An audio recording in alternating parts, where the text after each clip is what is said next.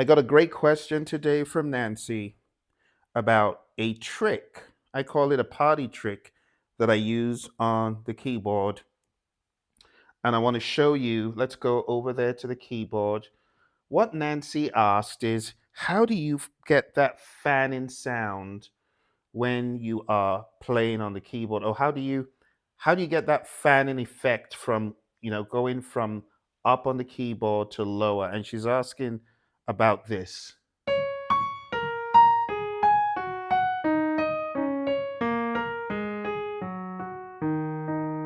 So the trick is to practice octaves.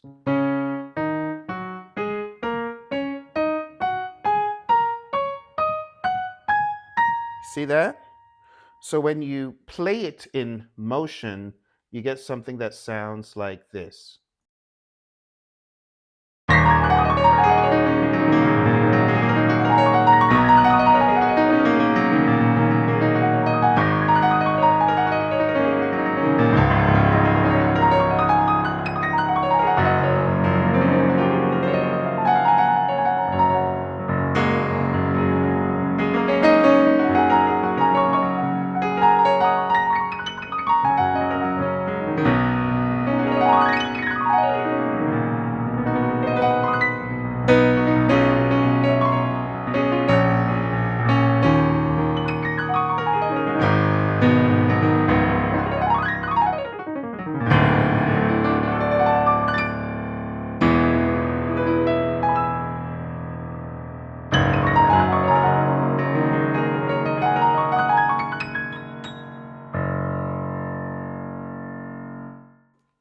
So that's how you achieve it. It's octave, octave, octave, just octaves. Now, let me say, even if you practice the octaves, the likelihood of you getting an octave each and every time on the way down, like that, is not as likely. I've found that I have about a 90%, maybe 95% accuracy. There's some people who have mastered it flawlessly. But if you practice it enough, even if you play a wrong note, as long as you stick to the black notes, not the white notes, it won't be that evident. So let me show you what I mean. Let's say I'm trying to play these octaves like this. But let's say instead of an octave, I play one note that is closer, like that. You see that? That's not an octave. It's not an octave. It's an octave. But if I'm playing that in motion,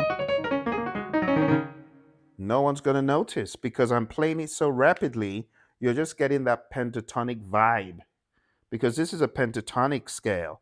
This is really an E flat minor pentatonic scale.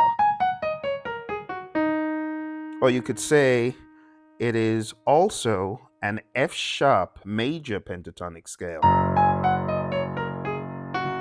That's the one. It's the one. That is the minor.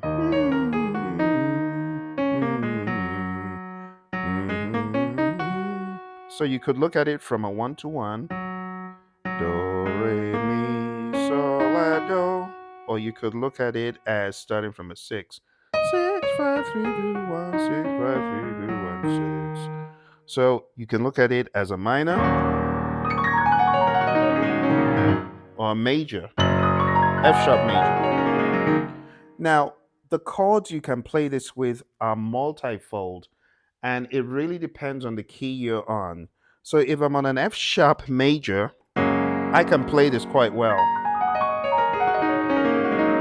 right? Or if I'm on a B, right, major, I can play that as well. Why is that? Because this is the second, third, the fifth, this is the sixth, and that's the seventh. So you have that on a platter. Imagine, it's so easy. So, like when I'm playing giant steps, those are notes I play around with a lot.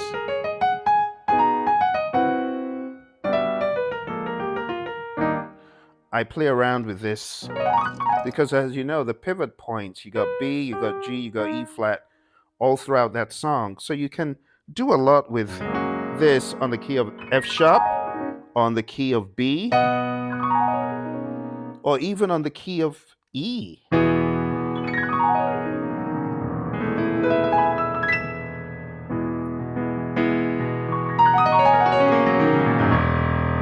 You see, why is that? Because that is 2, that is 3, that is a sharp 4, which is usually mild in contrast. It doesn't really sound too bad, right? That's a sharp 4 relative to E, that's a 6 relative to E, and that's a 7. That's a really nice combo for something exotic like.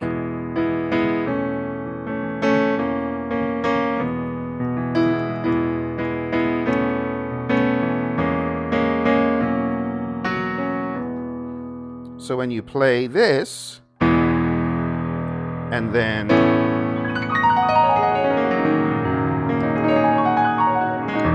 it can almost sound like it's almost part of E, even though it's not. So think about it. If you're on F sharp, you play F sharp, B, C sharp, and F sharp as the major chord. So watch this. 1, 4, 5, back to 1. Let's go to E. 1, 4, 5, 1. Now you got to do that in taste because it may not go with everything in E. Now, if you're on the key of B and you do this, like I said, it works because giant step starts on the B.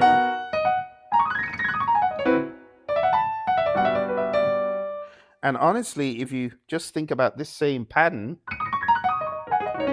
you can almost run that on any key if you know the notes you're trying to get to. Because it's really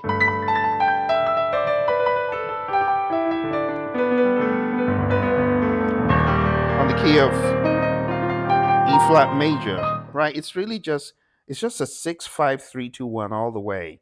So if I'm on the key of E flat, 5, 3, 2, 1, on the key of G, 5, 3, 2, 1. So it's just a 6, 5, 3, 2, 1 over and over again.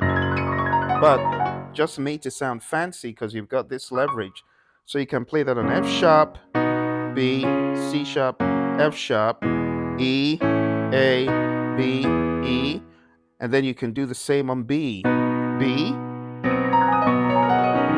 E, and F sharp, back to B. Another key you can do this on quite conveniently is the key where all of these are notes in the major scale, which is C sharp. So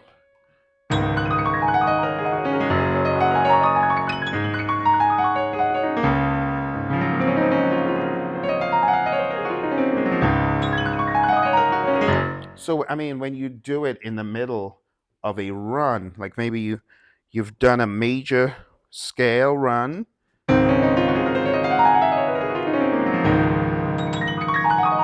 and you layer that on top, it disorients. It's like, where are you coming from? What are you doing? All this activity doesn't sound bad, but what are you doing? It's hard for for the listener to know.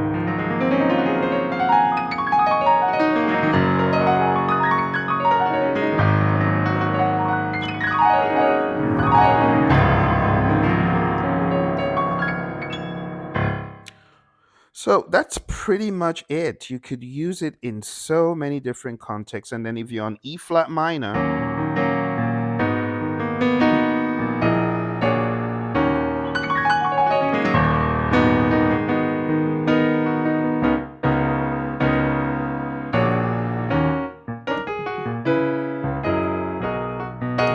so you got to know the chords that belong to the different keys because technically you can play this on E flat minor, G sharp minor, even on B flat minor. See? So as long as you know the way the keys are interrelated, you can run circles around that. And this could be used, like I said, one key, two, three, even on, like, if you're playing an A in the context of an E, you could get away with that. A B in the context of an E, you could get away with that. Now, the places you probably couldn't get away with that would be a C, a D. It's hard to get away with that. An F, very hard. A G, those you couldn't really get away with that. An A, it really depends on the kind of A you're playing. So if I'm playing, see that? Watch this.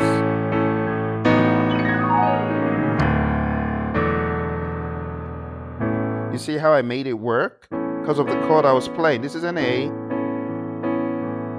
but this is also still an A. And it kind of goes because I am playing a B in the context of an A, and I could just sneak it in there.